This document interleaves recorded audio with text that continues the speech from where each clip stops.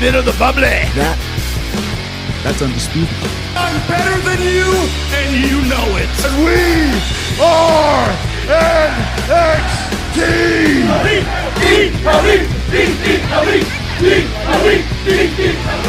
War Games. Salut les marques et salut les smarts, salut peuple de catch-up, bienvenue dans votre podcast qui soigne, qui dégouline, qui transpire le catch par tous les pores de la peau et du slip. Chaque semaine, nous passons au crime des chroniqueurs de la team catch-up, les shows de la WWE. Et d'ailleurs, pour vous proposer des reviews qui bougent au rythme des cordes à linge, bien sûr, et autres powerbombs, tout ce que vous aimez, sinon vous seriez pas là. Hein ? Aujourd'hui, on est pour la baston du mercredi. Alors préparez la trousse à pharmacie. C'est AEW versus NXT du 16 décembre 2020. Ça tombe bien puisque c'est l'édition hashtag 16 de cette baston du mercredi.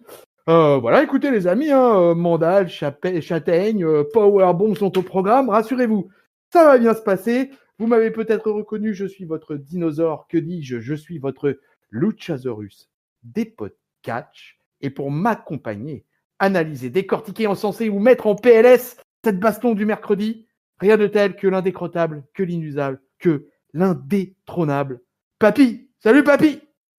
Bonjour petits enfants, bonjour tonton, ça va ? Ça va bien et toi ? Ça va, voilà, là je vais te dire un truc.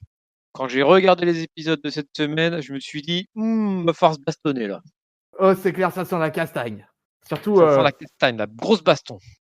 Grosse baston du mercredi pour commencer ses vacances. Là, ça y est, les vacances des fêtes qui débarquent. Là, Noël avec un programme bien chargé. Il y aura, on en parlera un peu à la fin, mais il y a de l'actualité. Voilà. Il y a du show spécial. Ouais, il y a du show spécial dans tous les sens. Donc écoutez, voilà. Aujourd'hui, c'est pour une baston du mercredi.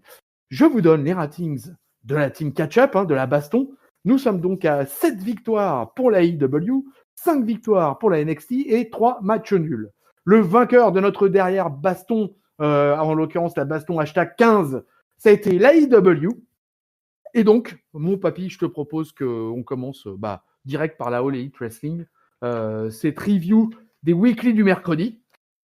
Allons-y, c'est parti. Nous sommes donc en route pour Dynamite, le show weekly de l'AEW, le 64e du nom. Ça se passe toujours à Jacksonville, en Floride, USA.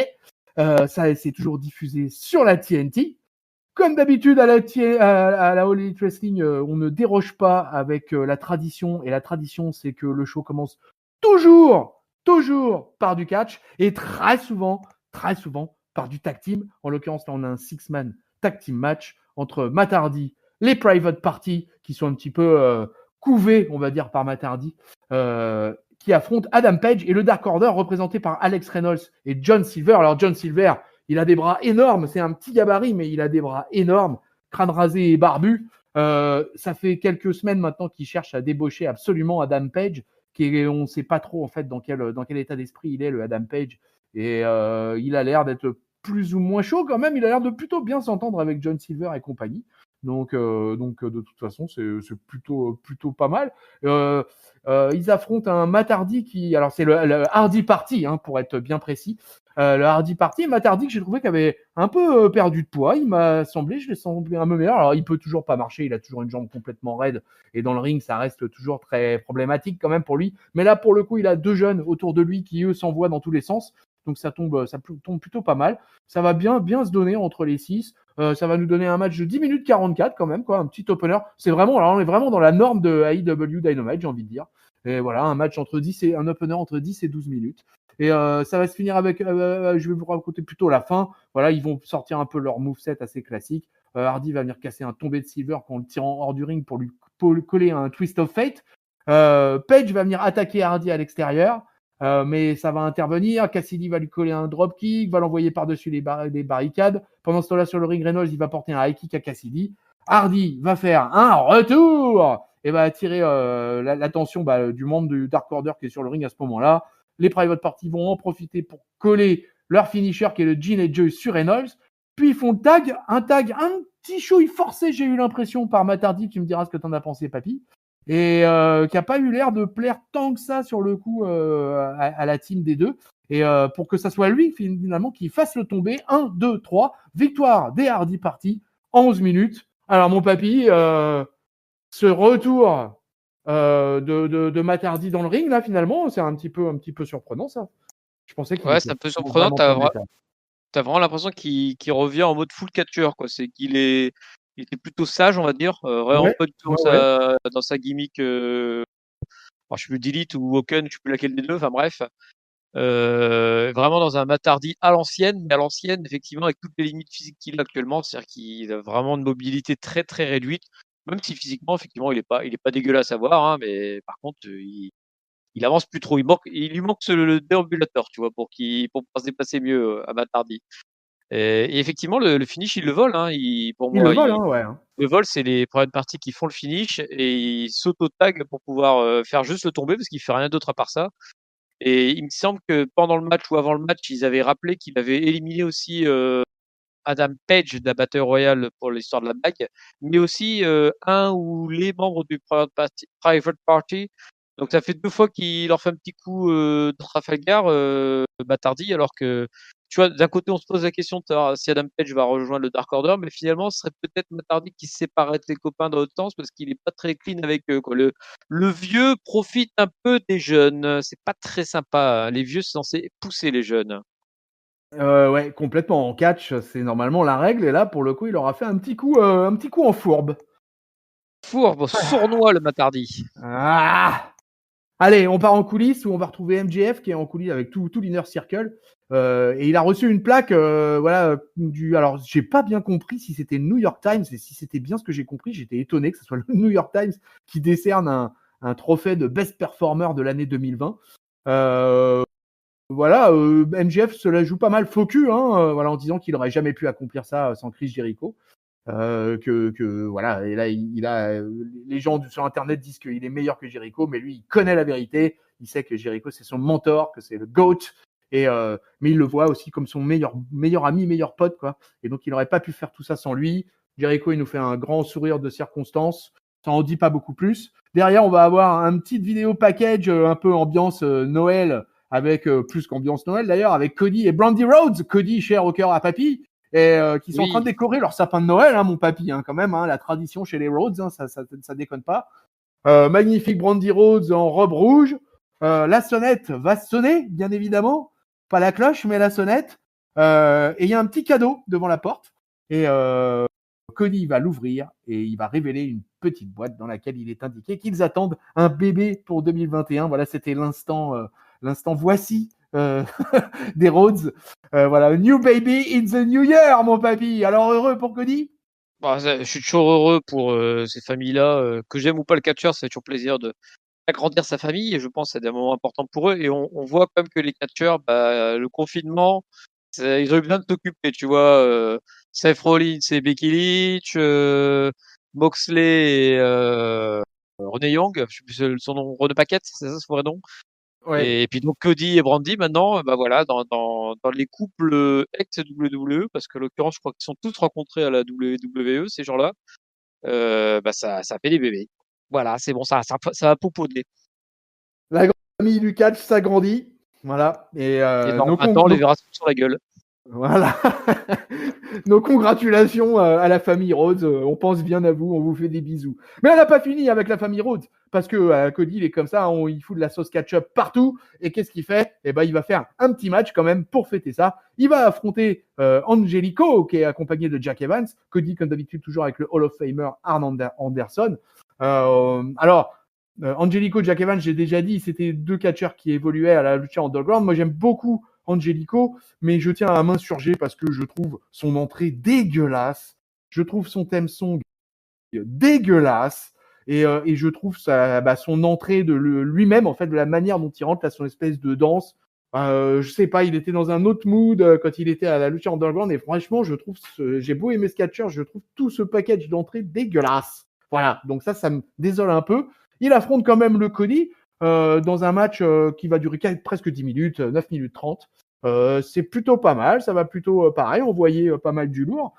Cody va bien évidemment tenter d'en finir avec un disaster kick, hein, mais Angelico, il va être assez malin tout au long du match. Il va éviter les assauts. Il va même tenter une belle prise de soumission sur le genou. Il va un peu s'acharner sur le genou de l'ancien champion TNT.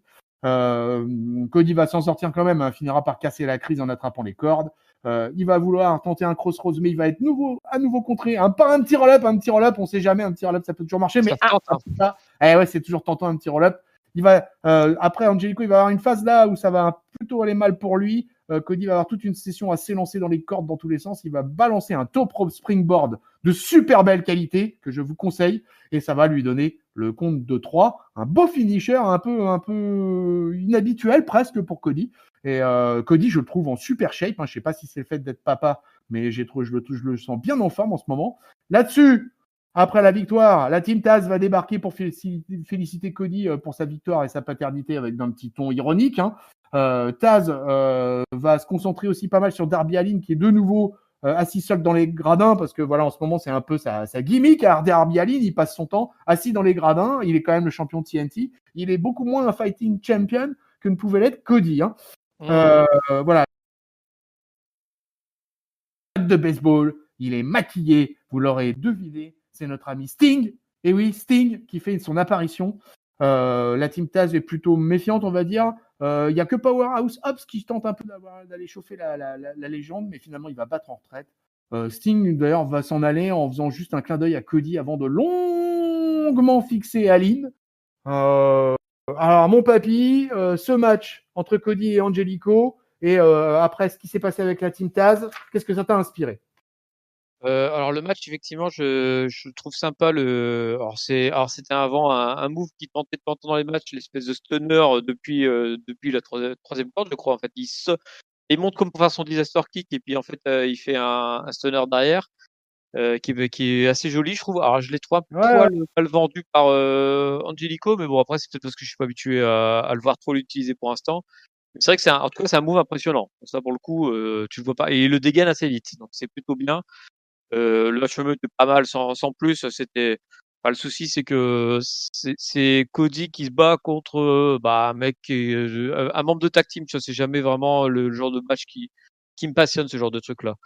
Et par contre, ouais, le post-match, c'était bien la première fois. Là, ça fait 3 semaines de suite qu'on a à peu près le même segment avec Darby Allin qui fout rien dans les tribunes, qui est un champion qu'on voit pas se battre, alors que c'est Cody qui se bat plus finalement.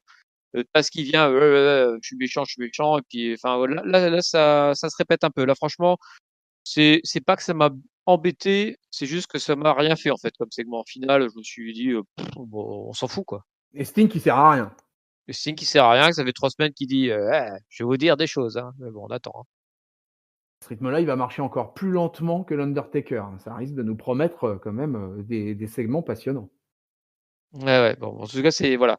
J'ai tué à haute part la première fois qu'il est apparu, je me suis dit, tiens, je vais regarder la semaine d'après pour le voir. La semaine d'après, je l'ai vu, il a rien fait. Cette semaine, c'est pas pour Sting que j'ai branché le truc et quand il est arrivé, ça m'a rien fait. Eh bien, écoute, moi j'ai trouvé le match de bonne facture, mais voilà, tout le segment qui a suivi sans absolument aucun intérêt. Donc, je vais direct enchaîner avec ce qui se passait en coulisses, où il y a Alex Marvez, l'intervieweur, qui est avec Miro, notre ex-Rousseff, qui est en train de s'enterrer doucement mais sûrement dans la mid-card de la All Elite Wrestling. Voilà, il nous dit qu'il a été sanctionné par la All Elite Wrestling de $75,000 quand même, pour être intervenu dans le main event de la semaine dernière. Voilà, il dit qu'il s'en fout, il déteste Orange Cassidy. Voilà, il est en feud avec Orange Cassidy, donc ça situe un petit peu le niveau d'où on est Miro à l'heure actuelle, même si Orange Cassidy a pas mal d'expositions, mine de rien. Et la semaine prochaine, il aura quand même un match contre Sonny Kiss à Dark. Ok, super.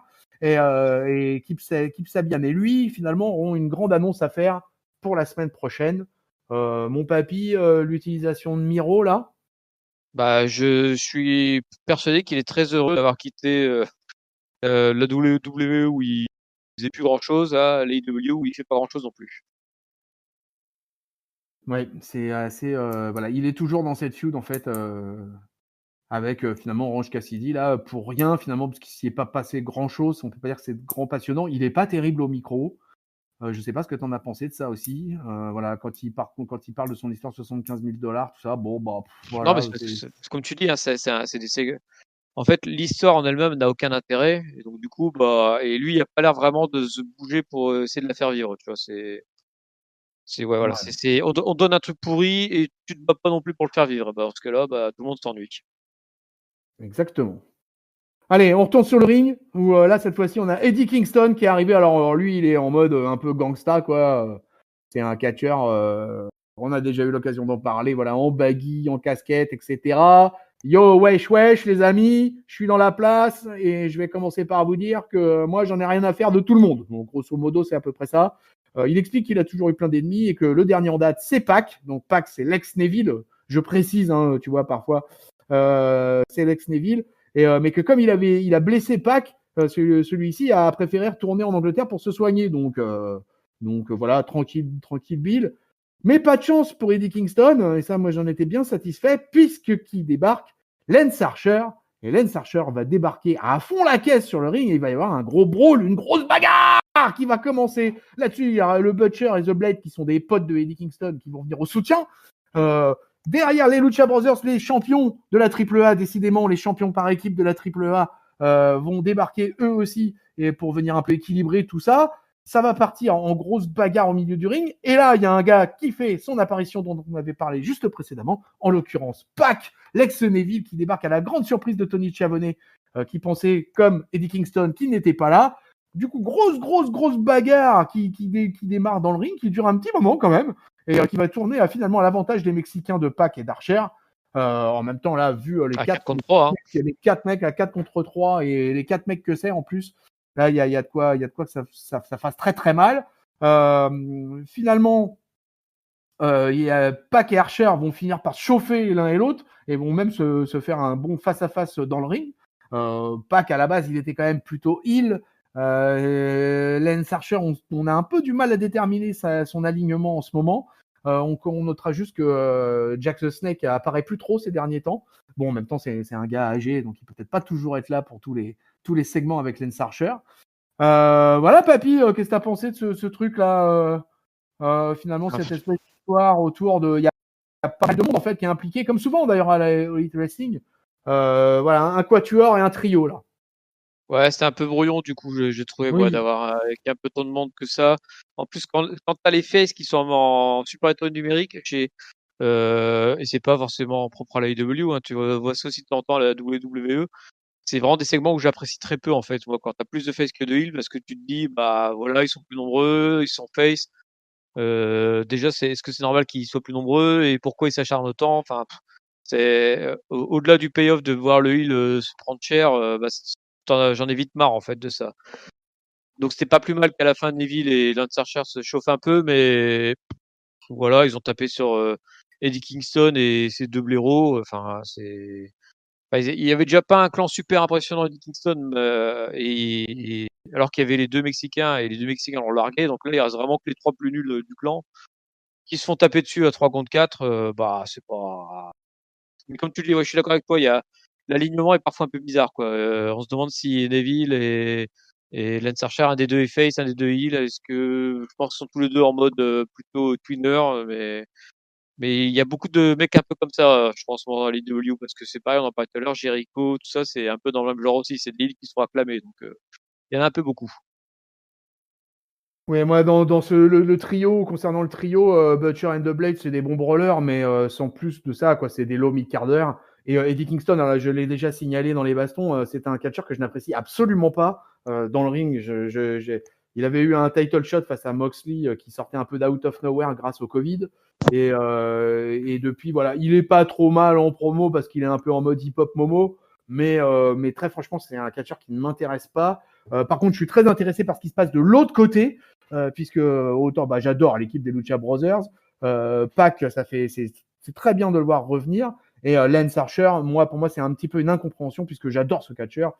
Et depuis le début, je l'ai découvert à la All Elite Wrestling. Et je ne comprends pas que ce mec ne soit pas plus haut dans la carte. Pour moi, c'est une énigme à l'heure actuelle, Lance Archer, puisque c'est vraiment pour moi un des top big men dans le catch mondial à l'heure actuelle, des plus impressionnants. Et je l'utiliserais d'une autre manière si je venais à travailler dans ces contrées-là. Ouais, juste sur ce point-là, je suis assez d'accord avec toi. Les 4, en fait, ont l'air intéressants, mais je trouve on verra peut-être on verra plus tard que finalement, ils font peut-être un petit peu quelque chose d'autre, mais je trouve que pour l'instant, on les met vraiment pas trop en valeur, hein, ces 4-là, alors que Ouais, comme les tu ils les ils pourraient faire d'autres choses, Lucha, hein, mais c'est voilà, quand on les voit, puis après on les revoit plus, puis ils font un petit match contre, bah, on sait pas qui et voilà, ils ont du talent là-dedans et ils l'utilisent pas, j'ai l'impression. Enfin, trop ouais, pas assez, tout en à tout fait. Ouais. C'est assez. Moi, je suis assez déçu. Je trouve que Lance Archer, en fait, est en train d'avoir un traitement un petit peu à la Braun Strowman à la WWE. Et voilà, un mec tellement géant, tellement énorme, tellement balèze par rapport aux autres que du coup, on sait plus trop quoi en faire, on sait plus trop où le mettre. Il a eu un title shot pour le TNT Championship, mais qui a foiré, quoi. Il avait été battu par Cody et il est jamais revenu dans cette title picture là. Et depuis, voilà, pour moi, il navigue et c'est bien dommage parce que vraiment, voilà un catcheur que j'aimerais pouvoir utiliser en pleine possession à 150%. Voilà un catcheur typique qui mérite d'être cité dans cette baston du mercredi. Allez, en coulisses, on aura eu une petite interview avec Dustin Rose vite fait, hein, où il y avait parce qu'il y avait le Dark Order qui lui proposait de les rejoindre en reprenant son nom de Seven de l'époque. Mais voilà, il pense que le personnage de Seven, c'était une mauvaise idée. Et il nous annonce qu'il va botter les fesses d'Evil Uno la semaine prochaine et qu'il va le faire à Holiday Bash, qui va donc être un weekly un peu spécial quoi, de la All Elite Wrestling, comme ils aiment faire, comme ils ont fait pour Winter is Coming, qu'on avait commenté ensemble, mon papy, si mes souvenirs sont exacts. tout à fait. Et on s'en fout Allez, de Goldust, enfin de Dustin Rhodes. ouais, Dustin Rose et Evil Uno, voilà, ça c'est de la feud de low card qui nous intéresse pas plus que ça, même si j'ai tout le respect qu'il faut à Dustin Rhodes, mais voilà.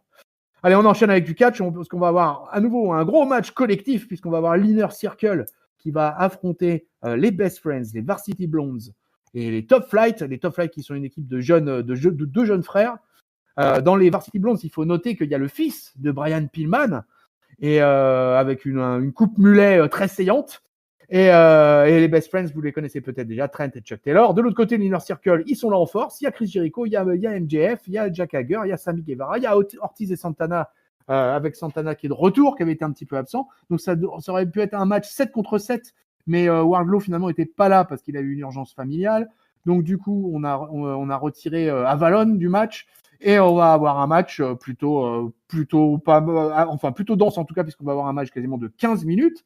Alors là, quand c'est un bordel comme ça, vous avez autant de gars dans le ring, évidemment, là, ça chauffe. On va constater que Jericho fait quasiment les 3 premières minutes intégrales, seul dans le ring, à affronter quasiment tous les faces les uns après les autres. Vraiment, Jericho qui a mis en avant, mais tous les jeunes, il fait une session en particulier avec les Top Flight, qui est une équipe que j'aime bien, moi.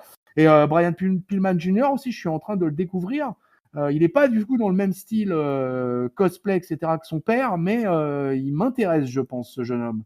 Et voilà, vraiment beaucoup de jeunes en fait, beaucoup de jeunes, avec un Chris Jericho en papa au milieu de ça pour entourer tout le monde. J'ai presque envie de dire que même Jack Hager fait partie des mecs les plus jeunes, les plus âgés aussi de toute cette team. Voilà, ça va. C'est vraiment, je pense, un match qui a été installé là pour mettre en valeur les jeunes du Varsity Blondes et du Top Flight. Bon, Jericho, il va quand même refaire du Jericho. À un moment, il va choper Garrison et il va le frapper avec sa batte avant de faire un tag à Hager qui va nous porter un F10 pour faire une petite dédicace à Wardlow et qui va aussi faire le tag à MJF. Et c'est MJF qui va profiter du truc et c'est lui qui va faire le tomber pour la victoire des Heels, pour la victoire de l'Inner Circle. Derrière, l'Inner Circle va quand même en plus rechercher à attaquer les perdants après le match, mais vont être repoussés, et en particulier par les Top Flight qui vont être, alors là, sur le post-match, complètement mis en avant.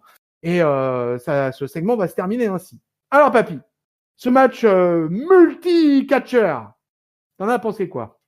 Et toute cette jeunesse, mon papy. Ouais, et j'en ai pensé que c'est exactement ce que j'aime pas du tout à l'AEW. C'est exactement ça, c'est-à-dire qu'on a l'Inner Circle qui est, tu vois, les 5, à la limite, les 5 ensemble, pourquoi pas. Il n'y a pas de souci avec ça, c'est un groupe qu'on voit tout le temps à 6 en l'occurrence, mais bon, qu'on voit tout le temps en groupe. Non, bref, je sais plus combien ils sont, et ils sont un certain nombre, mais en tout cas, ils sont souvent en groupe. Et là en face, on leur a foutu une espèce de gloubli-glouba d'équipes de je sais pas quoi, les machins plus les machins plus les machins. Quand tu voyais le nom des équipes, ça faisait machin plus machin plus machin. Tu sais pas pourquoi ils sont ensemble. On a juste dit bah tiens, toi tu vas aller avec Bidule, etc. Les Varsity Blondes, ouais, mais peut-être que alors, Pillman, peut-être pour le mettre en valeur, je pense qu'il faudrait qu'on le voit 2 semaines de suite déjà et peut-être tout seul. Là, le foutre, on le voit jamais pendant 3 semaines, puis d'un coup, tu le fous dans un match à 15 personnes. Bah, ouais, moi, j'ai vraiment beaucoup de mal quand l'AEW fait ça, parce que je trouve qu'ils le font souvent. C'est-à-dire de foutre des matchs où bah, ils font des sommes de gens qui n'ont aucun rapport entre eux, ou tu sais même pas qui fait ce qui fait. Enfin, si, tu sais qui est face kill, mais tu sais même pas pourquoi ils ont, à un moment donné, ils se retrouvent tous dans le même ring. Et puis, il y en a, c'est vraiment des no-name de chez no-name, en fait. Et c'est un peu mon souci avec les AEW. Je trouve qu'il y a des moments, le roster est tellement énorme que, bah, il y a des gars que tu vois pas pendant 3, 4 semaines, et puis d'un coup, ils reviennent, ils ont un match, je sais pas pourquoi, et puis après, ils repartent. Et puis t'arrives pas à t'attacher à eux, et puis voilà, quoi. Enfin, moi, c'est le genre de match que j'aime pas du tout. Eh bien, c'est bien parce que je suis totalement en désaccord avec toi, parce que moi j'ai trouvé ça vachement bien. Moi je trouve que c'est vachement bien de faire bosser la mid-card comme ça en donnant des gros matchs et en mettant un ou deux vétérans vraiment d'expérience pour mettre un peu over tout ça. C'est en faisant des matchs qu'on obtient de l'expérience et ces petits jeunes, ils en ont besoin.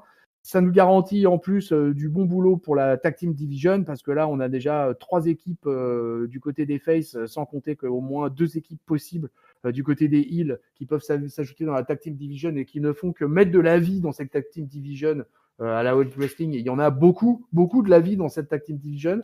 Donc moi, ça me dérange pas du tout en fait d'avoir un match collectif comme ça. Il s'avère que les Inner Circle, on les connaît bien maintenant. Les Best Friends, je les connais très bien. Varsity Blondes, du coup, je les découvre. Les Top Flight, ça fait déjà, je crois, parce que la dernière baston de mercredi qu'on a faite datait du 2 décembre. Depuis, aujourd'hui, on est le 16 pour la hashtag 16, le 16 décembre. Et du coup, dans l'intervalle, les Top Flight sont apparus déjà à Dynamite. Et à l'Evarsity Blondes, ils étaient déjà apparus une fois, mais pas dans le laps de temps où on était. Eux, par contre, ils ont beaucoup catché à Dark, qui est l'émission, l'émission un peu comme le main event de la WWE. Et il y a beaucoup de matchs, quoi. Donc, Ouais, donc voilà. Donc, moi, je suis plutôt positif sur tout ce segment-là, en fait. en fait, ce qui me gêne, en fait, moi, j'ai pas de souci avec les mettre en avant des jeunes, mettre en avant de la low card, de la mid card de temps en temps. Ce qui me gêne, en fait, c'est ça, en fait, c'est Dark. C'est les allers-retours entre Dark et Dynamite. Je trouve qu'il y a beaucoup trop d'allers-retours entre les deux, en fait. Et plutôt, tu vois, à la limite, alors c'est peut-être parce que j'ai ma vision de WWE qui m'oriente un peu là-dessus, mais voir un gars qui serait pendant 3, 4 mois à Dark, et puis ensuite il fait ça, il crée son truc, puis après il amène son univers à Dynamite, ça me gênerait moins que bah il fait 3 semaines à Dark, une semaine à Dynamite, 2 semaines à Dynamite, une semaine à Dark, et il y a tellement d'allers-retours entre les deux que moi j'arrive pas du tout à m'attacher. Il y a des gars, non, mais je suis d'accord avec toi, je sais que je les ai déjà vus, mais je sais plus du tout ce qu'ils font, je sais pas pourquoi ils sont là. C'est juste des jeunes en slip, tu vois. Je suis pas du tout attaché à eux, quoi. Je comprends. Allez, on va faire un package féminin, là. On va passer en coulisses avec Thunder Rosa, qui est en rivalité avec le Dr. Britt Baker. Voilà, parce que Britt Baker a accusé Thunder Rosa, qui est une catcheuse de la NWA, d'en avoir rien à faire de la IW. Voilà, une feud un peu... comment dire, moi, comme je suis pas un fan de Britt Baker, j'ai du mal à lancer de l'enthousiasme là-dessus. Donc voilà, donc Thunder Rosa, elle prévient qu'elle a lutté partout à travers le monde, qu'elle a déjà affronté Serena Deeb, qui est une des grandes de la championne NWA à l'heure actuelle. Baker était intervenu d'ailleurs dans ce match. Maintenant, Thunder Rosa, elle a dans sa ligne de mire la Dr. Britt Baker. Pas de chance, il y a Reba, l'assistante de Baker, qui va arriver, qui va un peu se foutre de la figure de Thunder Rosa. C'était une distraction, mes amis, parce que Baker, elle va attaquer Thunder Rosa par derrière en lui disant qu'elle n'a rien à faire là. Elle va la mettre dans une soumission et Reba va lui lancer un verre d'eau au visage. Ouh là là, ça c'est digne d'une grande bagarre, mon papy, ce verre d'eau au visage. Ah, c'était violent. Bon, je pense que c'était pour effacer son maquillage, mais bon, il portait pas, donc ça servait un peu à rien. Ouais, il juste Euh, dégouliné un peu. ouais, bah c'est un peu un autre syndrome que je trouve en ce moment de l'AEW. Et c'est marrant parce qu'en fait, ça le faisait pas autant avant, et j'ai l'impression qu'ils le font beaucoup depuis Winter is Coming. C'est en fait les segments qui t'annoncent le match de la semaine d'après, quoi. C'est oh là là, attention, hein. Mais par contre, on se battra pas tout de suite. Ouais, parce qu'en attendant, il y allait avoir un match, le match féminin de la soirée allait être un tag team match qui allait voir s'affronter Serena Deeb, qui est donc la championne NWA, Big Swole, qui sont donc les Face, et qui vont affronter Diamante et Ivelisse, qui sont donc les Heel. Ivelisse, ex-Lucha Underground. Bon, ça va être un match qui va durer pas loin de 10 minutes. Bon, comme les filles à Dynamite, c'est compliqué, elles n'ont pas forcément toujours beaucoup de temps. Pas de nouvelles particulières de la championne en titre, Hikaru Shida. Voilà, 10 minutes avec une domination, on va dire, des Face globalement, parce que Serena Deeb a vraiment sorti le grand jeu du fait, voilà, c'était elle qui avait le titre. On va avoir quelques moves un peu intéressants. Bon, Big Swole, pour moi, c'est une Bianca Belair de 2e division. Moi, celle qui m'intéresse en fait dans ce tag team match, finalement, c'est les Heels, c'est Diamante et Ivelisse, que là, pour le coup, je connais bien toutes les deux et que j'aime bien toutes les deux. Et donc, j'aurais aimé la victoire des Heels pour le coup. mais voilà, ça va tenter quand même quelques trucs. Swole, elle va réussir à placer un gros coup de tête avec un double underhook qui était plutôt réussi, et une cover leaf, c'était plutôt réussi. Ça pouvait faire gagner le truc, mais Ivelisse, elle va sauver Diamante du pin.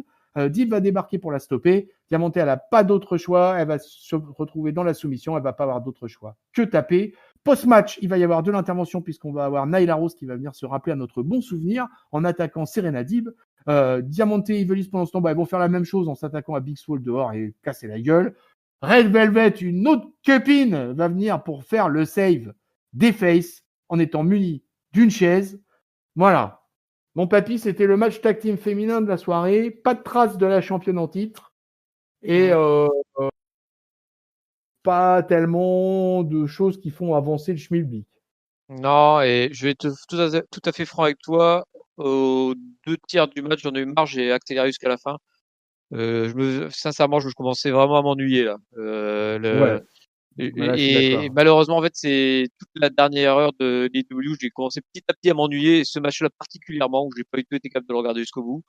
Je m'ennuyais trop et bah, on a beaucoup. Alors, ils essaient peut-être de faire un effort avec les filles en les remettant un peu en avant alors qu'elles étaient vraiment au fond du trou. Mais je sais pas si c'est une bonne idée de mettre autant de filles d'un coup en avant, et peut-être d'en construire 2-3 qui seraient intéressantes. Mais là, ces filles-là, bah, je me suis ennuyé en fait et j'ai zappé quoi.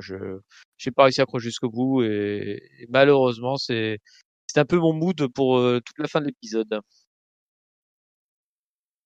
Ouais. Bon, c'était moi non plus. J'ai trouvé ça vraiment pas génial. De toute façon, la division féminine à AEW continue à être difficile à suivre. Ça manque de star power, ça manque de pas mal de choses là. Ça manque d'un vrai élan et aussi d'une vraie envie, j'ai envie de dire, au niveau des bookers, parce que je trouve quand même que c'est assez frileux sur les filles. Donc, écoute, voilà, on reste un peu dans le marasme à ce niveau-là. Allez, on quitte les femmes. On va revenir faire un tout petit reset, puisqu'on va repartir vers un match tag team qui avait eu lieu un petit peu précédemment avant le match féminin qui opposait les Sokal and Sorcerer, les vétérans Christopher Daniels et Frankie Kazarian, qui affrontaient The Acclaim, Max Caster et Anthony Bowens, qui sont des petits jeunes, encore une fois, qui viennent de Dark et qui viennent tout juste d'être signés. Ça va nous donner un match de 8 minutes. Avec une entrée, voilà, les The Acclaim, ils ont une entrée alors très hip-hop aussi, quoi, avec les mecs qui débarquent et qui prennent le mic et qui s'en prennent à leurs adversaires du soir. Ils débarquent aussi avec une boombox. Va y avoir un petit jeu, un petit battle avec un Frankie Kazarian qui va jouer les MC de service avant de lancer le match. Voilà, petit match de 8 minutes sans grand intérêt, très honnêtement. Vraiment, là, on est vraiment dans la low mid-card, encore une fois. Hein. Et Bowens va quand même se relever d'une Blue Thunderbomb de Daniels. Daniels était bien chaud, bien en mode showman. Il va tenter un beau crossbody de la 3e corde pour un nearfall. Finalement, Caster va intervenir, va porter justement son boombox sur la tête à Daniels, et Bowens va en profiter pour finir avec le membre des SCLU avec un slam. Les Acclaim vont célébrer ce succès, voilà, premier succès à Dynamite, et les mecs ils célèbrent déjà comme ils étaient champions du monde. Ils vont nous taper un petit rap et ils vont provoquer pas mal d'équipes, dont les Young Bucks qui sont ringside derrière les barrières d'insécurité, et ils vont les challenger ni plus ni moins que pour la semaine prochaine. Donc The Acclaim, ils les mettent sur la table quand même, quoi, parce qu'ils font un premier match à Dynamite, ils le gagnent et derrière ils chauffent les champions au titre. C'est ça l'impertinence de la jeunesse, papy. Et ils chauffent et ils demandent un match pour le titre où les mecs disent ouais, vous inquiétez pas, on met notre stature en jeu, vous inquiétez pas. Donc effectivement, c'est très rapide, trop peut-être à mon goût. Voilà, comme je te dis là, la dernière heure, j'ai un peu souffert sur la dernière heure parce que encore une fois, c'est de la low card. Le Christopher Daniels, ça faisait très longtemps que je l'avais pas vu catcher. 50 ans, j'ai trouvé pas. C'est un mec que je trouvais qui faisait pas son âge. Mais là, les Ah. 50 ans, je les ai sentis passer quand même là. Non, ne te moque pas des gens de 50 ans. Non, mais dans le ring, tu vois. J'ai trouvé ça y est, on sent quand même qu'il, malgré tout son talent, malgré tout son physique un peu hors norme, parce que c'est quand même un mec qui fait des sauts impressionnants. Je sens que ça commence à le rattraper un peu. Et puis voilà, quoi. C'était pas, ouais, c'était moyennasse. Et puis, bah, encore une fois, c'est l'introduction pour la semaine suivante. C'est le syndrome. Oui, écoute, c'était un match vraiment comme je l'ai dit précédemment, de low mid-card et sans énormément d'intérêt. J'ai toujours un peu d'affection pour les Sokal Uncensored parce que c'est les anciens, parce que Christopher Daniel, c'est un type de ma génération. Et donc voilà, mais encore une fois, moi je reste satisfait par ce parti pris dans un weekly un peu creux, la semaine avant Noël, tout ça, d'avoir lancé plein de jeunes dans ce Dynamite. Moi, écoute, c'est un truc qui passe plutôt bien auprès de moi. J'étais curieux de découvrir ces fameuses The Acclaim, là, je connaissais absolument pas. Donc du coup, parce que je ne regarde pas Dark, hein, je pousse pas le vice jusqu'à regarder Dark. Hein. Donc je connaissais pas ces deux jeunes. Donc effectivement, bon, aller voir comme ça, pourquoi pas, quoi. Allez, on retourne en coulisses pour les derniers segments avant le main event. On aura les Best Friends qui vont nous rappeler que la rivalité avec les Proud and Powerful, en l'occurrence Ortiz et Santana, est toujours pas terminée. Et ils nous apprennent, oui, parce que j'avais oublié de le signaler avec Miro, qu'ils seront au mariage de Kip Sabian et Penelope Ford, qui est le couple de la IWE qui va se marier où il y a Miro. Et il nous explique que ça va être un segment très fun. Donc finalement, Miro, bah, il aura quitté la WWE suite à une rivalité tenue sur un mariage. Et bah, il est exactement dans le même genre de rivalité en mid-card pour le mariage de Penelope Ford et Kip Sabian. Ça fait rêver, ça, papy. Là, je sais pas qui a le plus de chance entre lui et nous. De voir ça.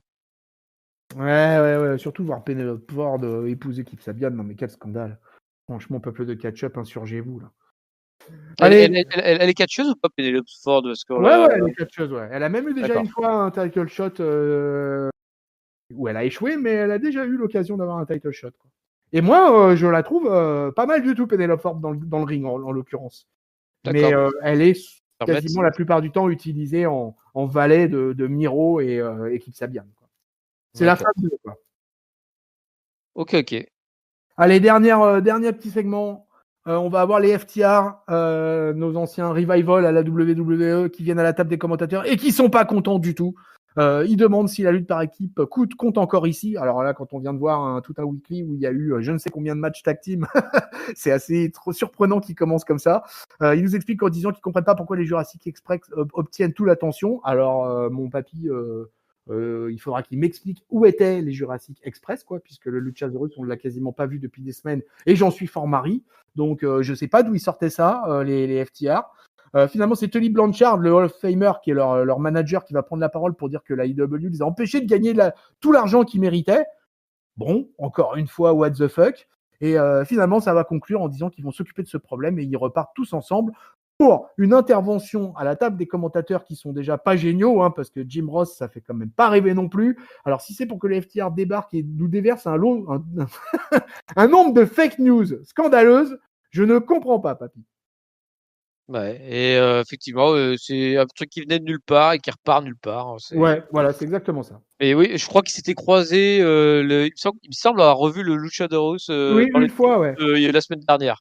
Mais ouais, bon, c'est de là à dire qu'ils prennent toute l'attention, ça va chercher loin.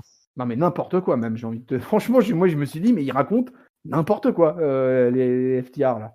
Donc, c'était vraiment, c'était pauvre. Allez, on arrive à la fin de notre AEW avec le mon papy. Alors, ça va être assez rapide, donc je pense que ça va te soulager, puisque ça va durer à peine 7 minutes. C'est un no DQ match entre Kenny Omega avec son nouveau manager Don Callis face à Joe Ueasy Janela. accompagné de Sonny Kiss. Alors là, ne me demandez pas pourquoi c'est Joey Janela qui affronte le champion en titre, mais Parce que c'est l'AEW.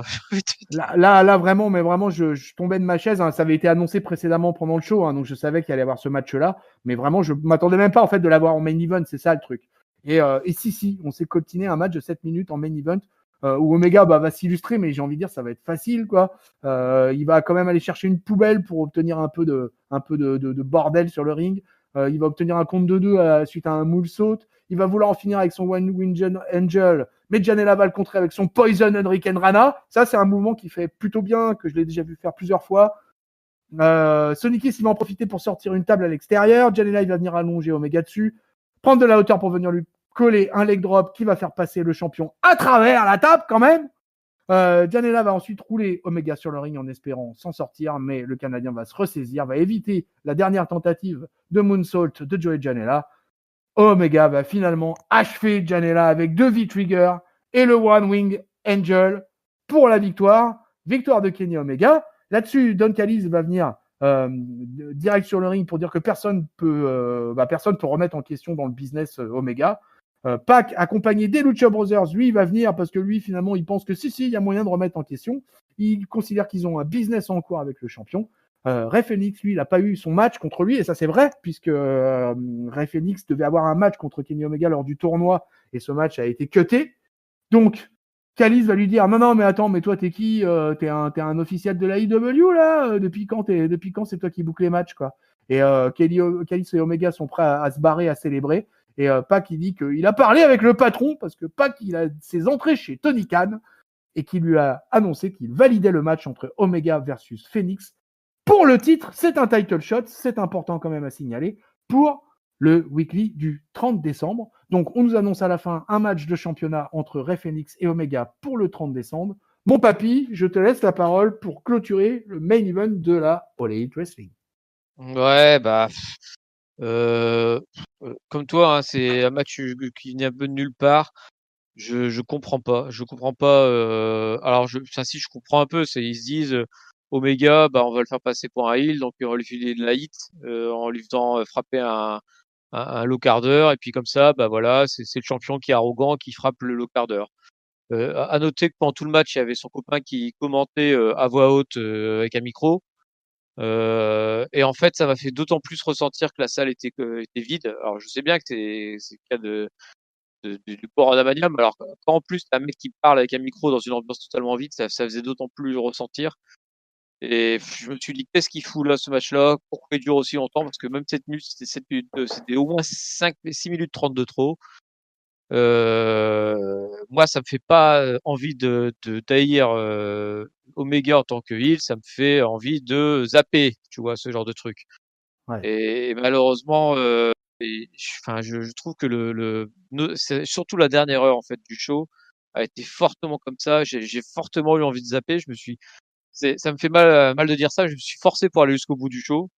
C'était plus bien du tout et puis voilà quoi. Je comprends ton point de vue de dire qu'ils ont essayé de mettre en avant des jeunes, mais là c'est trop. Enfin, je comprends pas. Enfin, je suis pas sûr qu'ils les mettent pas en avant que ça en faisant ce genre de truc en fait. Tu vois, ils les mettent dans le ring et puis démerde-toi et puis voilà, fais un match et puis dans 2 semaines on le verra plus. Je suis pas super convaincu. Moi, les jeunes qui ont été là, j'ai retenu aucun des noms.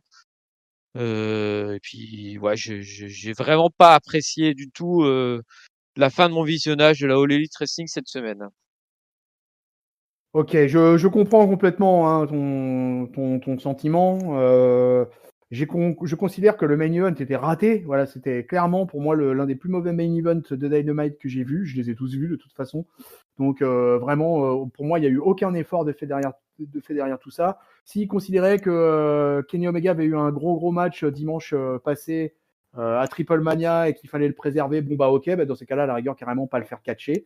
Et peut-être mettre en place, je sais pas, un match pour le TNT Championship au lieu de nous faire le truc avec Sting et Darby Allin qui ring strictement à rien. Donc c'était une vraie déception pour moi ce main event là vraiment. Voilà, et comme tu le sais, à quel point j'ai horreur de finir un show de catch par un mauvais main event. Après, le seul beau moqueur que j'aurais eu à la fin, c'est que moi je suis totalement satisfait de voir Ray Phoenix affronter Kenny Omega. Ray Phoenix est un catcheur extraordinaire. Il a déjà eu des matchs par équipe du temps d'Adam Page et Kenny Omega avait affronté les Lucha Brothers. Ça avait donné un super match. Ça va donner un super match en individuel. Pour moi, Phoenix est supérieur je le dis, est supérieur dans le ring à Kenny Omega. Et je considère que ça va être une belle affiche. Mais mon sentiment général te rejoint quand même. Je suis largement déçu par le main event de Dynamite cette semaine. Ouais, et juste, effectivement, j'en ai pas parlé, mais c'est parce que tu vois, j'étais tellement déçu que je l'ai oublié. Effectivement, c'est une bonne nouvelle de voir Rey Fenix et même Pac en fait finalement débarquer en fin de truc pour essayer de relever un peu le niveau et de mettre des vrais, des vrais mecs, des vrais opposants valables en face d'Omega. Mais tu vois, ça me fait d'autant plus ressentir comment dire, la déception qu'ils aient pas mis en avant Rey Fenix depuis quelques semaines, tu vois. Et tu vois, ils auraient pu très bien faire un peu plus de travail pour les mettre comment dire, plus en valeur, plutôt que de dire bah voilà, on les voit pas trop, puis d'un coup ils font un segment au milieu de show, au milieu de nulle part, et puis d'un coup pouf, bah tiens, ça sera lui le prochain challenger. Enfin, c'est des mecs talentueux, c'est vraiment dommage de pas les mettre en valeur, quoi. Je suis assez d'accord avec tout ça. Allez, ainsi s'achève sur ces belles paroles cette review du Dynamite de la AEW. On va switcher, mon papy. On va passer. Switchons. On va passer à NXT, les amis. Allons-y. Alors, allons-y pour NXT. Je reprends mon souffle. Je vais même me permettre de boire un verre d'eau en direct. Un truc incroyable. Incroyable. Qu'est-ce que je fais de mon verre? Qu'est-ce que je fais de ma gourde? Allez, mes amis, on va passer au show jaune et noir. Alors, j'ai envie de dire, mon papy, la NXT commence en mode AEW, puisque l'épisode va démarrer sans traîner, avec direct un match par équipe, puisqu'on va attaquer d'entrée le NXT de ce mercredi avec un Austin Theory et Johnny Gargano en mode heel versus Leon Ruff et Kushida en mode face.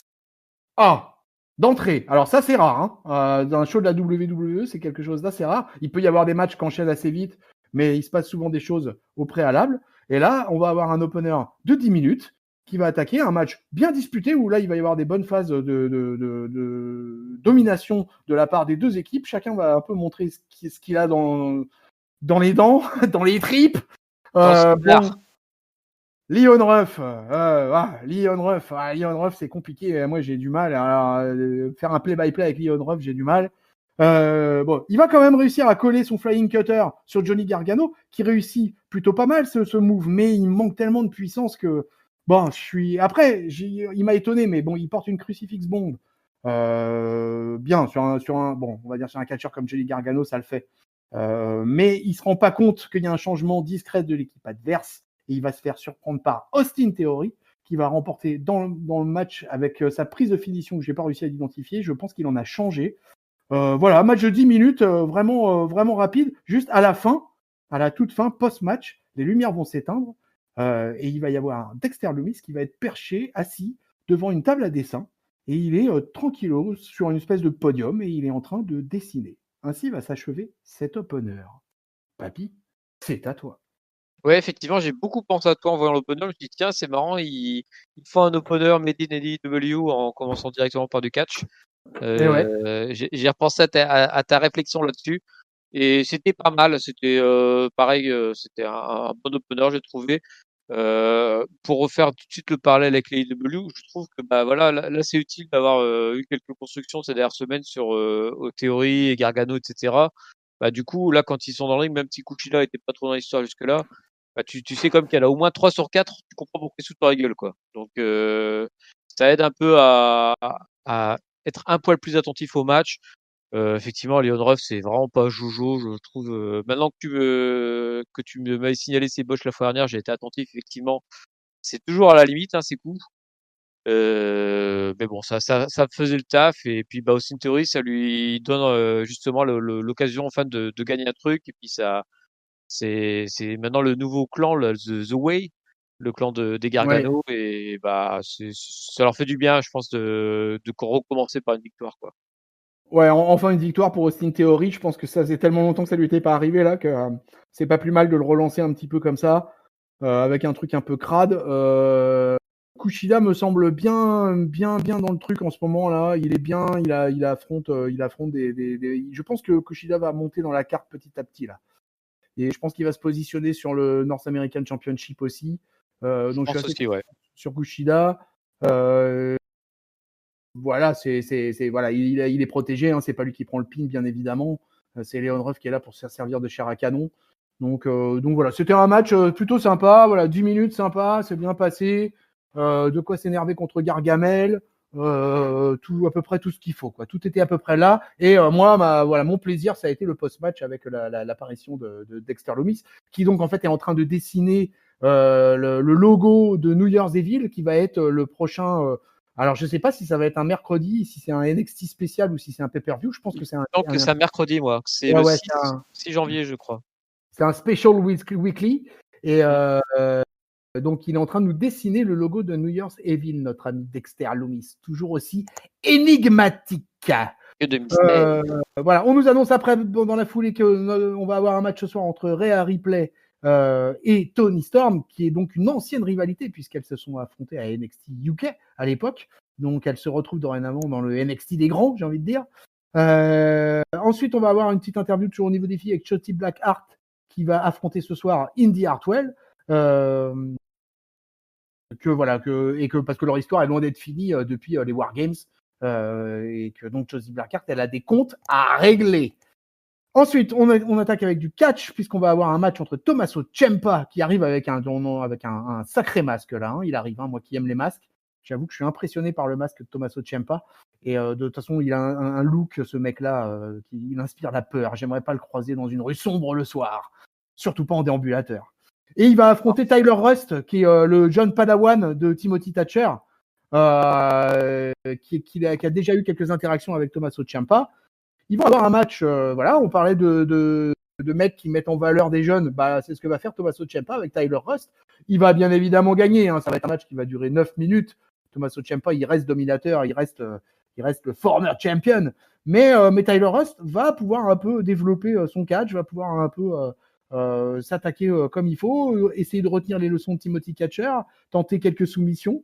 Timothy Thatcher, bien évidemment, vous vous en doutez, il va venir interférer. Et pendant que le match se déroulait à l'extérieur, Rust, pas de chance, il va taper son maître Jedi, ou plutôt son maître du côté de la Force Obscure. Hein. En l'occurrence, Timothy Thatcher, il est plutôt heal. Et ça va énerver ce dernier, mais l'arbitre va l'empêcher d'intervenir. Au final, Ciampa, il va s'en sortir tranquille avec sa Willow's Bell, as usual. Victoire de Tommaso Ciampa, mon papy. Alors, en voilà un petit jeune à la NXT qui débarque. Ouais, bah voilà, c'est bien comme tu disais. Moi, ça me dérange pas, hein, que les jeunes y soient avec, ils prennent le ring avec les vieux, mais j'aime bien qu'on les connaisse et qu'il y ait une raison, tu vois. Et en l'occurrence, il y avait, enfin, c'était plutôt logique de voir ce match-là. Alors, je vais pas revenir sur le match en lui-même, tu l'as bien décrit. À la fin du match, il y a un mec, Oui, j'ai pas parlé du l'ancien post-match. manager des Indiens là, qui débarque, c'est ça? Tu pourrais peut-être m'en dire plus, que je Ouais, sais ouais. plus son nom en fait. Ouais, parce que après le match, Timothy Thatcher, il veut en découdre avec Ciampa, quoi, mais il est retenu. Et du coup, Ciampa, il décide de quitter le ring et il jette un t-shirt de Thatcher et puis c'est court de catch, quoi. C'est ça, quoi. C'est de ça dont tu parles? Non, tu sais ouais, je sais plus. Enfin, le manager des Indiens là, Ah, il excuse-moi, ah ouais, lui, je l'ai zappé. Alors lui, carrément, parce carrément, tu vois, il a traversé mon champ visuel, mais c'est tout, quoi. et il vient, je sais pas ce qu'il fait. Il me semble avoir vu la semaine dernière aussi. Il fait quoi? C'est un mec qui recrute, on sait pas. Pour l'instant, il Ouais, veut ouais, c'est taper dans les ça. mains des gens. Ouais, c'est ça, c'est un espèce de manager qui cherche à recruter, ouais, effectivement, ouais. Mais En tout cas, rien de notable. ouais, je sais pas. Tellement notable, tellement pas notable que je m'en Vous étais avez même zappé, pas bah oui. rendu compte. Mais là, en fait, moi, ça m'a marqué parce qu'en fait, je me demande vraiment pourquoi il continue à se tourner autour, Ciampa et Thatcher, en fait. Et donc, du coup, je cherche une raison, en fait. Et du coup, je me suis dit, c'est peut-être lié à ça, mais même pas, je sais pas trop, en fait. Là, je sais pas trop où ils veulent en venir, en fait, je t'avouerai. Ouais, non, je sais pas. Là, j'ai pas plus de réponses que toi là-dessus. Donc écoute, on verra, on suivra ça. On vous tiendra au courant, les amis. Et puis, tiens, un petit coup de fact-checking pour notre peuple de catch-up. Dites-nous un peu qui c'est exactement ce gars-là, ce manager peut-être des Indiens, peut-être des cow-boys, on ne sait pas. Donc dites-nous qui c'est ce gars-là. Là. Parlez-nous-en. On sera intéressés. On Ouais, vous donc on répondra sera dans les que où on commentaires en est, sur, là. sur YouTube. Allez, petite vignette de présentation vite fait. Ils ont déjà eu droit la semaine dernière, les Grizzled Young Veterans, et il y a 2 semaines, voilà, ils nous sont proposés. C'est des mecs qui viennent de NXT UK, des mecs assez stiff. Vous verrez, je pense qu'ils vont être balancés en tant que heel. Et après cette petite vidéo, cette petite vignette, qui on va avoir en vidéo de présentation, on va avoir Karrion Kross, quoi. Donc ça y est, Karrion Kross, il est dans la place. Karrion Kross, il est bien de retour. Il est bien chaud. Il n'y a pas de problème. Donc du coup, à suivre. Il va y avoir. Et je trouve, juste sur ces 2 vidéos, je les ai Ouais. trouvées intéressantes, ces vidéos. Je les ai trouvées intéressantes parce que la tag team, ils ont évoqué le fait que la division tag team était en train de se renouveler. Ils ont un peu présenté, du coup, toutes les équipes qui faisaient partie de la division tag team en présentant les You Grizzly Veterans, en disant, bah, tiens, on va affronter machin, on va affronter machin, on va affronter machin. Ils ont pas mal parlé du turnover qui était en cours dans cette division. Et Karrion Kross, pareil, tu vois, c'est le retour d'un mec, et puis du coup, ça relance un peu l'intérêt. Là, d'un coup, tu vois, t'as la division tag team et la division heavyweight qui reprennent de l'intérêt d'un coup, là. Ouais, complètement. Ouais. Je suis bien d'accord avec ça.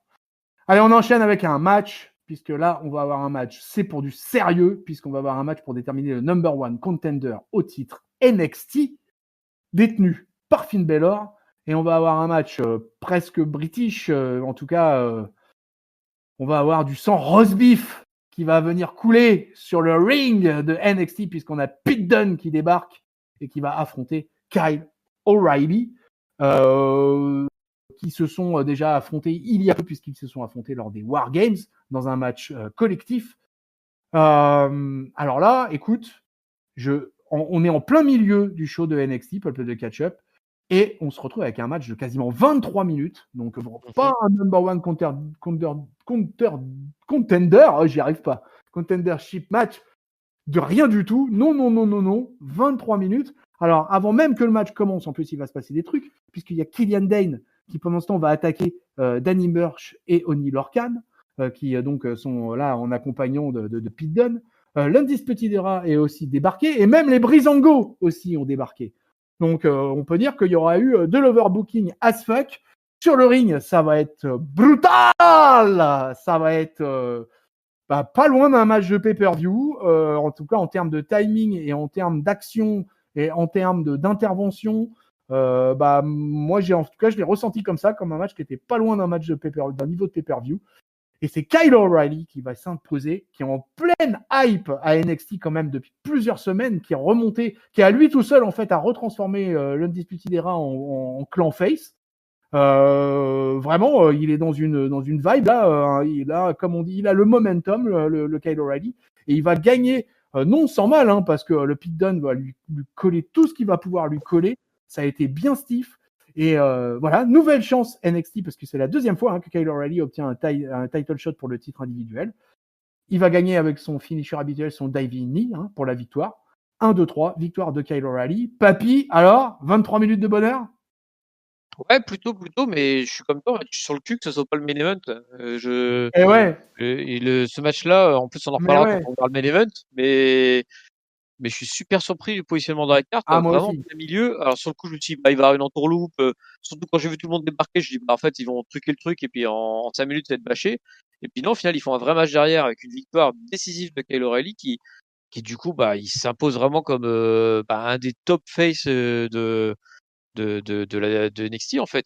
C'est le mec qui se révèle là sur cette fin d'année, au point qu'Adam Cole est vraiment totalement devenu inexistant dans le Undisputed Era. Je suis super surpris, le match très solide. J'en viens à me demander s'il n'y a pas un gros truc qui se prépare pour ce fameux 6 janvier, parce qu'il est vraiment tellement poussé haut et du coup, je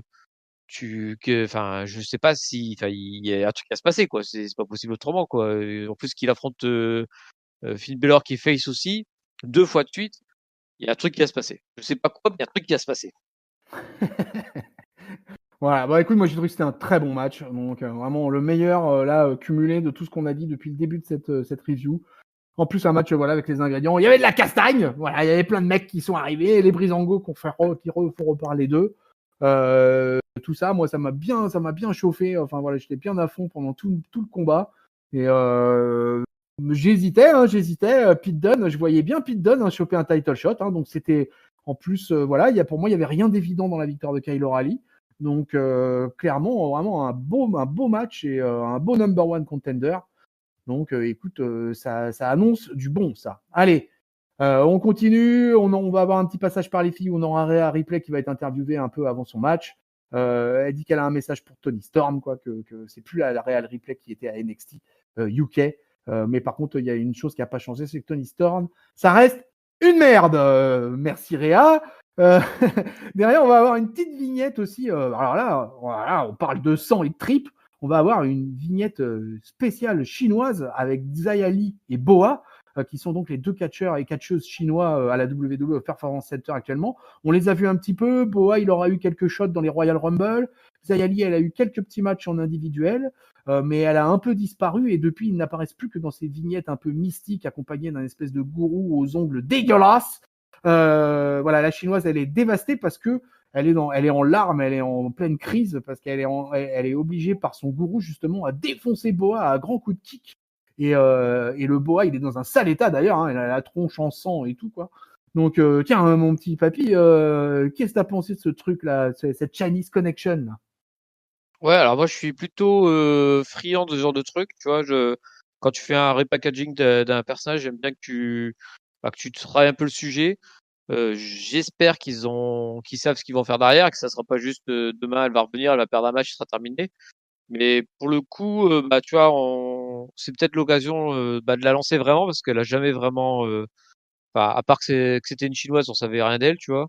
Là, ils sont vraiment en train de lui faire un espèce de background intéressant.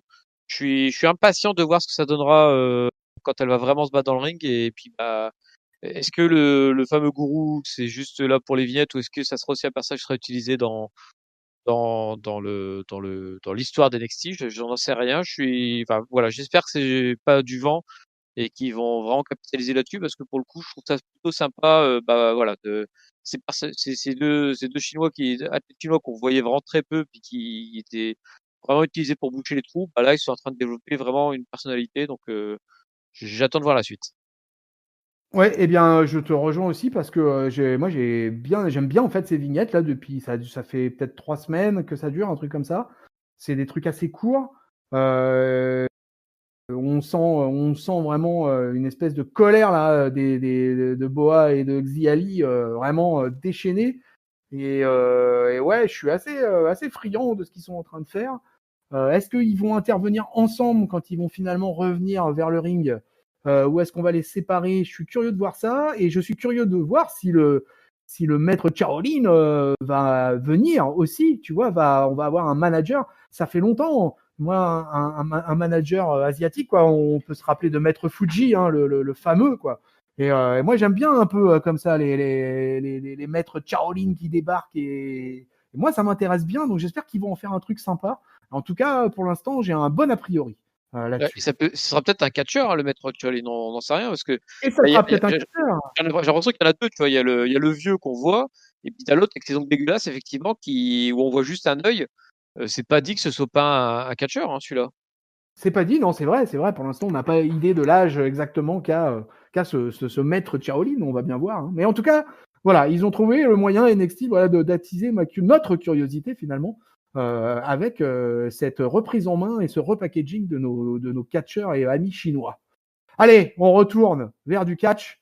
On retourne vers un match de catch puisqu'on va avoir le match féminin annoncé au préalable entre Shotzi Blackheart et Indy Hartwell. Ça va être un match assez court, puisque ça va être un match qui va se dérouler en 4 minutes 06, parce que le problème, c'est que Indy Hartwell, elle va venir accompagner de Austin Theory, de Candice LeRae, de Johnny Gargano. Donc, de toute façon, quoi qu'il arrive, ça ne pouvait que partir en cahuète pour Shotzi Blackheart. Mais elle est quand même maline, je sais pas comment l'appeler, quoi, je peux même pas dire la gouttique, quoi, mais comment tu la décrirais? La verdâtre. La verdâtre en mode un peu couleur blob. Voilà. Candice LeRae, elle va venir un peu foutre le dawa ringside. Elle va venir distraire l'arbitre. Du coup, Hartwell, elle va choper le trophée, là, l'espèce de trophée moche d'ailleurs, avec la tête de Blackheart dessus. Et elle va venir frapper la pauvre Shotzi avec. L'arbitre va la voir et disqualification de Indy Hartwell. Donc victoire du coup de Shotzi Blackheart. Je pense que ça faisait longtemps qu'elle n'avait pas gagné un match en individuel. Après le match, ça va mal se passer pour elle, parce que Candice LeRae va venir porter son finisher sur sa rivale du moment. Voilà comment se termine ce segment, ce premier match féminin de la soirée, mon papy. Ouais, non, je compte pas vraiment pas comme un match féminin finalement. Bon, je suis d'accord, c'est un match, hein, mais pour moi, c'est de la low card, c'était court, c'était juste pour dire, pour présenter un peu plus le nouveau clan des Gargano, quoi. Pour moi, c'est vraiment du remplissage pour donner un peu de consistance au clan, quoi. Voilà, c'est des mecs qui sont violents et puis qui sont très très méchants. Tout à fait. Allez, il y aura une petite vignette d'un mec très très méchant d'ailleurs, très très costaud après, juste avant le match qui suivra, qui sera de Bronson Reed, voilà, Oui. qui semble être sur le retour. Hein, Bronson Reed d'ailleurs avec des petites dédicaces, des petites références à Bam Bam Bigelow entre autres. Et j'aimais beaucoup Bam Bam Bigelow. Donc lui et Kevin Owens aussi fait des références de temps à autre à Bam Bam Bigelow. Et merci les gars de rappeler les catcheurs du passé comme ça. Mon papy, on revient sur du catch. Et là, on va avoir d'un homme dont on parlait précédemment, d'une vignette justement, mais là, il est pas là en vignette. Il est pas là pour déconner. Il est là pour se bastonner, mais vite fait alors. Hein. C'est donc Karrion Kross, le former champion, qui affronte Desmond Troy. Alors le pauvre Desmond Troy, il devait être en mode trouille. Parce que là, c'est chaud, quoi. Hein. Victoire éclair, squash absolu de Karrion Kross avec une Doomsday Saito, une rear naked choc. Le pauvre Desmond Troy, rest in peace, hein, papy. Ouais, bon, après, voilà, c'est ce que. Sincèrement, j'aurais été déçu qu'il le massacre pas aussi vite. Hein. Ah bah oui, mais on attendait tout ça, je te rassure. Voilà, on a mis la bestiole là, on a mis la chèvre dans l'enclos du tyrannosaure. Voilà. On voulait tous voir ça. C'est dommage, je sais pas faire le cri du tyrannosaure, mais c'était une belle image. Merci. Il est de retour et il va faire mal, hein, on est d'accord.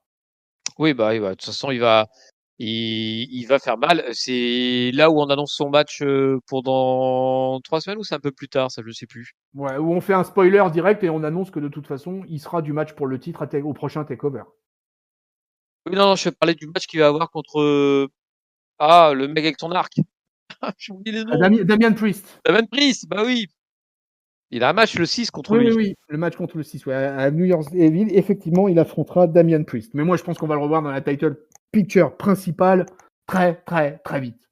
Je pense, mais déjà, le match contre Priest, j'ai envie de le voir. Hein. Ouais, moi aussi. Alors là, ouais, carrément. Ouais, effectivement, moi aussi, un match sur lequel je suis hypé. En plus, je suis vraiment curieux de voir comment Damian Priest va s'en sortir dans un match comme ça. Il fait partie de mes catcheurs favoris de la NXT depuis cette année 2020 là. Et vraiment, je suis content même pour lui, pour Damian Priest, en fait, qu'il puisse affronter Karrion Kross. C'est une belle mise en avant, je pense, pour les deux. Et Karrion Kross va pouvoir bosser avec un mec qui est chaud en ce moment, qui a du momentum. Donc c'est pour le coup un match super intéressant. Là, je pense que là, on n'aura pas un squash. Quoi. Là, je pense qu'on va avoir un vrai match de catch entre ces deux. Ouais, je serais même pas étonné que ce soit pas le meilleur match de ce show-là. Tu vois. On verra. On verra. Oui, on verra sa situation dans la carte aussi. Aussi. Allez, il y aura un dernier petit backstage, enfin quelques backstage avec Isaiah Scott perdu dans les limbes du Cruiserweight Championship. Voilà, il dit qu'il a refusé de serrer la main à Jack Atlas la semaine dernière. C'est pas beau. Il a dit qu'il était frustré, qu'il aurait une revanche la semaine prochaine. Voilà, il nous tease un match face à Jack Atlas la semaine prochaine. Là-dessus, il se barre. Là-dessus, il y a les Everrise, notre tag team québécoise là, qui vient et qui se plaint de ce qui s'est passé la semaine dernière parce qu'ils ont déjà eu des problèmes et donc ils demandent à ce que la défaite de la semaine dernière soit annulée pour maintenir leur série de victoires et parce qu'ils disent tout simplement qu'ils visent la streak de Goldberg. Alors, papy, Everrise, la streak de Goldberg, les planètes. Ouais, ça cassait pas trop pattes un canard ce segment-là. Il crie beaucoup c'est un peu leur gimmick. Mais ça rejoint ce que je disais tout à l'heure en fait. C'est la nouvelle génération de tag team qui arrive. Ils ont tous en train de récupérer un petit peu de temps d'antenne par-ci par-là. Et puis bah j'espère que ça va relancer les divisions tag team. On en a bien besoin la WWE, la tag team. Ouais. Après, on aura Dexter Lumis qui aura fini son dessin. Hein, et où on va apprendre qu'il va être le host de New Year's Evil. Ouais, je suis pas super cohérent. Alors ouais, parce que j'ai vu le rôle de Shotzi Blackheart en tant que host à Halloween à Vogue, c'était voilà, ça va pas casser trois pattes à un canard comme t'as dit. Non, mais Alors bon, j'aurais c'est préféré. malheureusement ce que je crains, c'est ça veut dire le message, c'est on ne sait pas quoi foutre de toi. Ouais, j'ai bien peur qu'il ne soit impliqué dans quoi que ce soit ou juste au pire faire de l'interférence dans un match XY. Donc c'est un peu dommage. Voilà un mec que j'aime beaucoup aussi et qui passe un petit peu à la trappe, même si j'imagine qu'être le host comme ça d'un show spécial, pour le catcheur, c'est peut-être toujours une bonne exposition, mais bon, j'aurais préféré le voir dans d'autres circonstances, le Dexter Lumis. Allez, dernier segment backstage avant le main event. On aura une vidéo du champion de Finn Balor qui vient de réagir à la victoire de Kyle O'Reilly. Il nous dit qu'il n'est pas inquiet parce que malgré le fait quand même que Kyle O'Reilly lui ait brisé la mâchoire, il n'a pas réussi à le battre au final. Et voilà. Et le prochain match, ça sera pas le deuxième qu'ils feront, ça sera tout simplement le dernier. Un Finn Balor confiant, mon papy. Ouais, bah voilà, c'est ce que je disais tout à l'heure, c'est j'attends de voir ce qui va se passer dans ce match-là, parce que j'arrive pas à imaginer que ça sera juste une redite du premier match en fait. Donc il va se passer un truc, il va se passer un truc, il va se passer un truc. Yes. Main event Allons-y. féminin. Tony Storm versus Rhea Ripley. Voilà, rivalité ex-NXT UK, où les deux ont été championnes d'ailleurs là-bas. Rhea Ripley est une former championne de NXT USA. Tony Storm est de retour depuis 2-3 semaines, grosso modo un mois. Allez, je m'attendais à un match assez long. Finalement, elles ont eu 14 minutes, ce qui était pas mal. Mais je savais pas trop dans quels critères ils allaient rentrer parce que finalement, c'est plutôt une guéguerre de récréation là. Hein. C'est pas, il y a rien d'enjeu de particulier. Yoshirai n'apparaîtra pas de la soirée. Donc voilà, on aura un match quand même assez équilibré, bien disputé, 14 minutes. Il va y avoir pas mal de contres, il va y avoir pas mal de tentatives de tomber, en particulier sur le début de match. Ce qui m'a un peu surpris d'ailleurs d'avoir fait ce choix là de lancer des nearfalls, comme on allait avoir un peu du mal à tomber dedans, je pense, en début de match, et c'est pourtant le choix qu'ils ont fait. Pour moi, il n'y avait pas eu assez de strike assez fort pour pouvoir tenter direct des tombées, comme si, je sais pas. J'ai trouvé que c'était pas très très bien timé ça.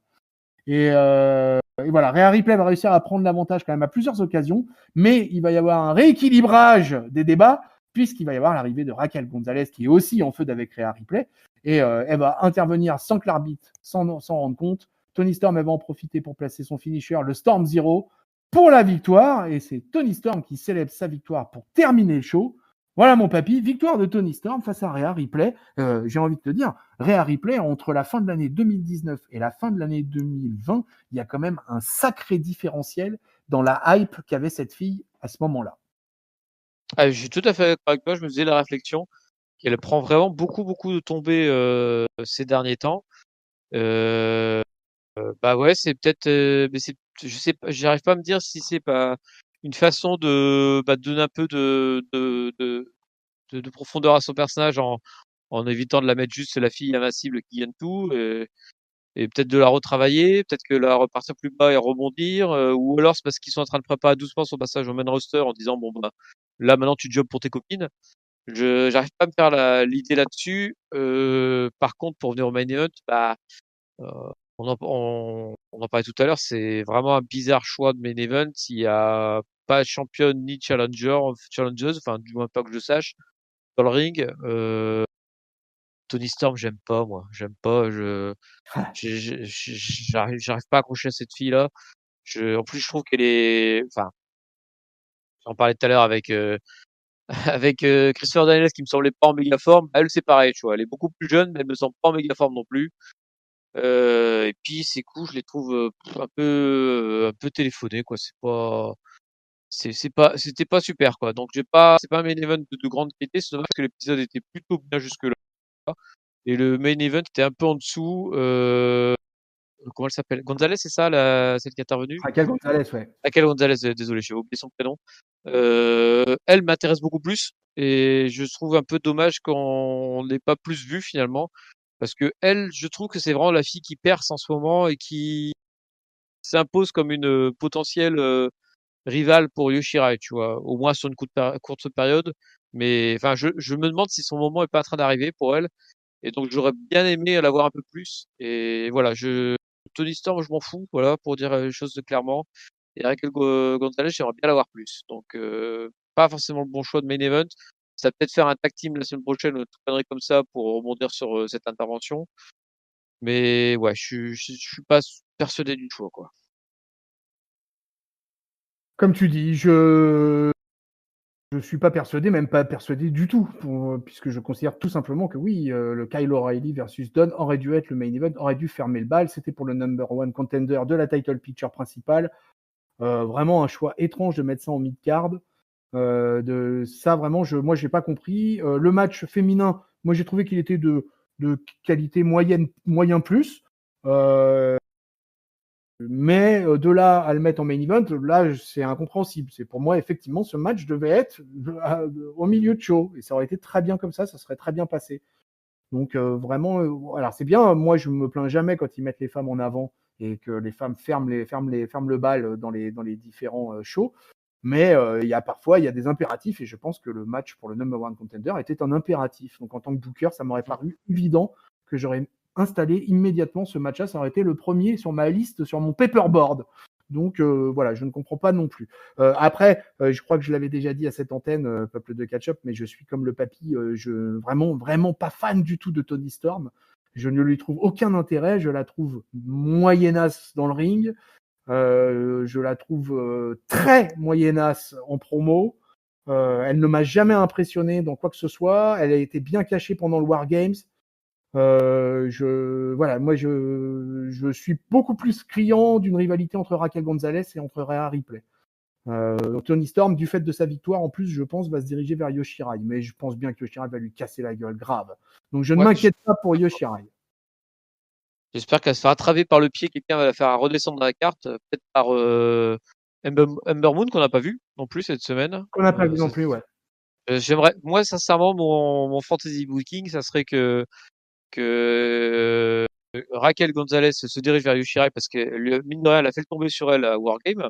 Oui. Et que du coup, Toni Storm se fasse rattraper par la cheville là, par Ember Moon, et quitte à avoir un match, j'en sais rien, de début de show ou de show post ou pré-pay-per-view, j'en sais rien, entre les deux, mais que Toni Storm soit pas tout de suite en main event, et à la limite qu'elle y soit jamais, mais pour ça, malheureusement, je pense qu'on n'aura pas le choix au bout d'un moment.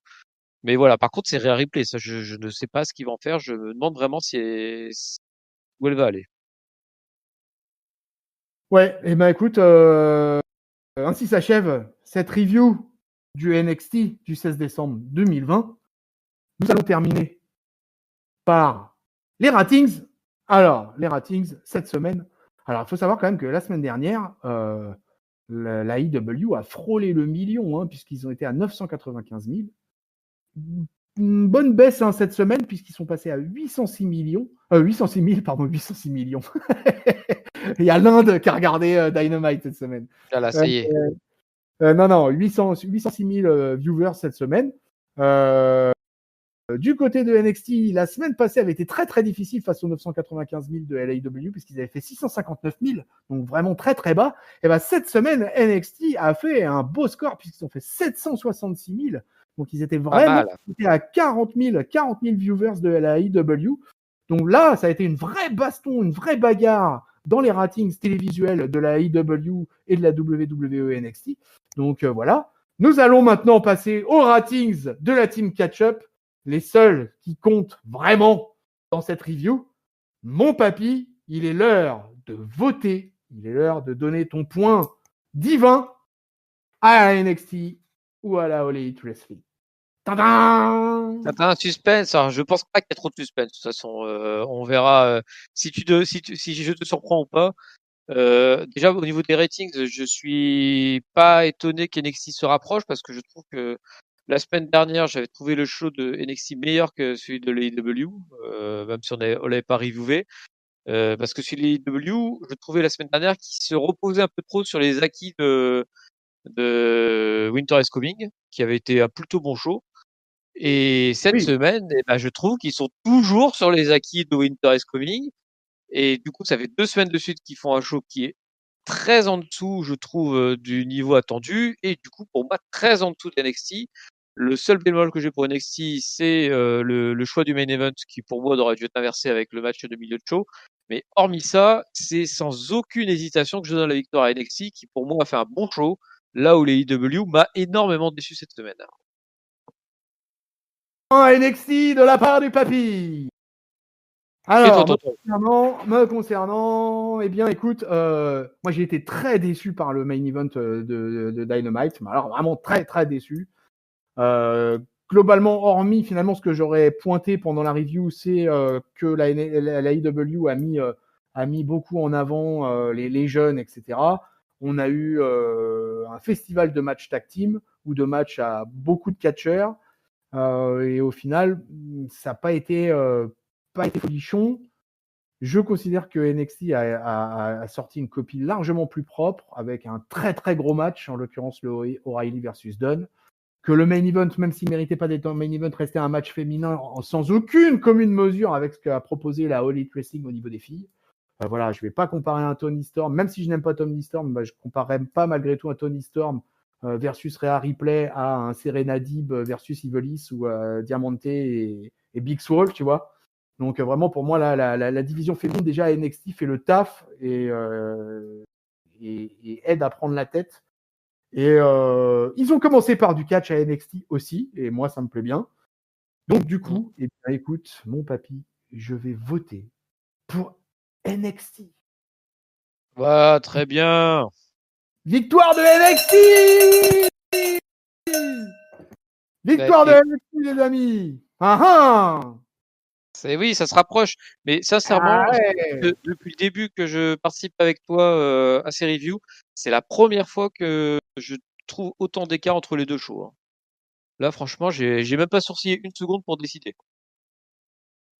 Ouais, j'avais fait mon choix aussi avant la review aussi. Moi aussi, de toute façon, j'étais convaincu par NXT. Après, moi, j'ai souvent été dans le camp de la All Elite Wrestling, donc si tu veux, j'ai pas de mal à en dire du mal. Voilà, la All Elite Wrestling est passée à côté de son show pour moi. Donc là, c'était un clair, un mauvais point, et je vois pas comment j'aurais pas pu donner mon vote à la NXT sur cette baston du 16 décembre 2020. Voilà, papy, on est arrivé au bout de cette baston. Alors écoute, il y a pas mal de choses à dire dans le sens, cette semaine, mes amis, et la semaine qui vient, voilà, c'est Noël qui débarque. Vous avez déjà en ligne le Monday Night Show de cette semaine. Vous avez en ligne aussi la review, la grande analyse de WrestleMania. Vous allez avoir le SmackDown qui va suivre, qui incorporera les pronos de TLC. On est bien d'accord. Et puis après, là, c'est le festival, hein, c'est semaine de Noël, review de TLC, review de Raw, review peut-être de baston, review de SmackDown, c'est la totale absolue. On se lance vers la dernière ligne droite de l'année 2020, donc on vous annonce aussi les Catch-Up Awards qui se dérouleront certainement sur le tout début janvier, comme l'année passée, avec toute la team Catch-Up pour décerner nos awards Catch-Up-esques de l'année. Vous pouvez, pour toutes ces informations, vous renseigner sur tous les réseaux sociaux, Facebook, Twitter, Instagram, le site officiel catchup.lepodcast.fr. Allez, vous pouvez aussi faire sonner la cloche sur YouTube.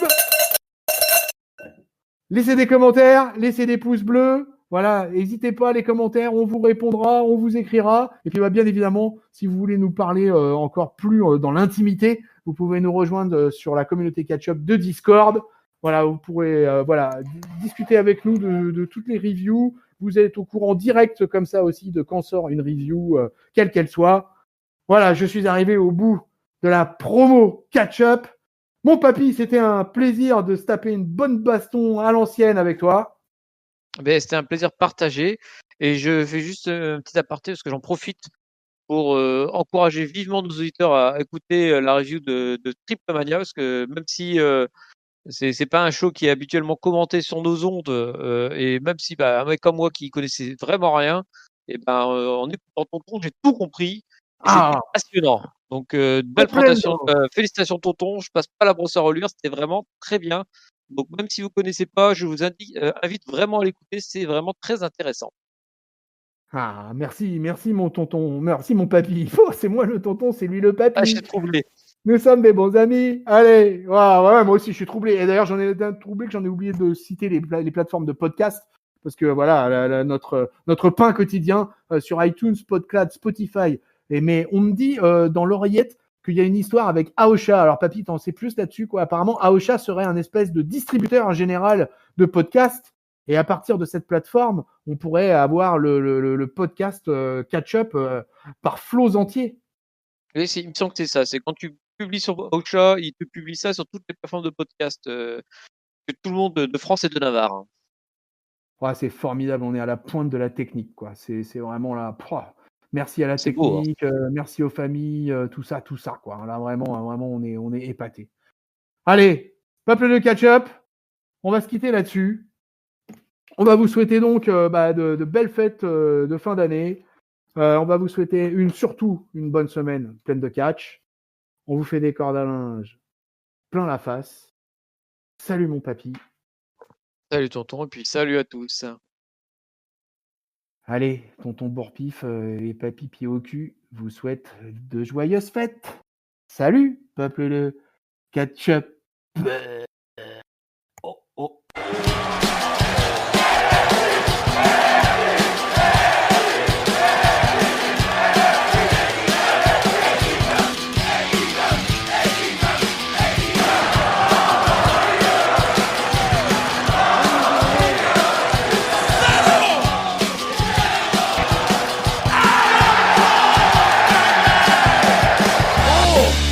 A little bit of the bubbly.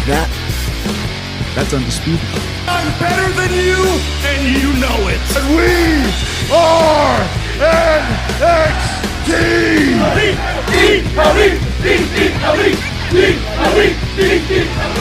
War Games.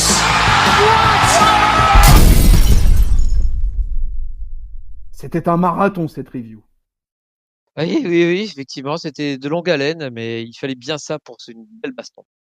J'ai crevé le pneu de mon déambulateur. Merde. Oh oh.